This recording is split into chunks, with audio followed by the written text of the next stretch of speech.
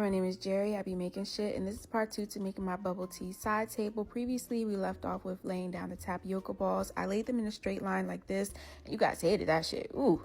Everybody was like, stop doing that shit. Stop putting them in a straight line. And you know what? I agree with the comments. I'm going to go back to the drawing board. So I'm using this air dry foam clay to measure out how big I want my tapioca balls or my boba pearls to be. I measured out 3 different sizes for the boba because I wanted them to be really random. I took it into my Cricut, made my stickers. This is probably my favorite method of making the boba balls. However, it just looks way too perfect. So I ended up going back in with some acrylic pink and freehanding the boba balls, and it actually turned out really cool. It gave it the stacked floating effect at the bottom of the drink, and I really loved it. This took about 5 hours because I had to keep layering the acrylic paint just to make it opaque, and then I moved on to making my ice cubes. Although I already had some, I wanted to make even bigger ones to sit at the top of the drink. So I'm just pouring the resin inside this ice tray, and I'm popping the bubbles with this heat gun. Thank you to everyone in the comment section that was like, don't line up the boba balls.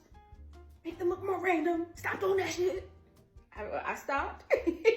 I stopped and I made it look more random. And y'all was right. This actually looks way cooler. I love how this looks. And look at the bottom. Isn't this so cool? It actually looks like boba balls. So let me know what you guys think. In part 3, we're definitely doing the flavor of the drink next.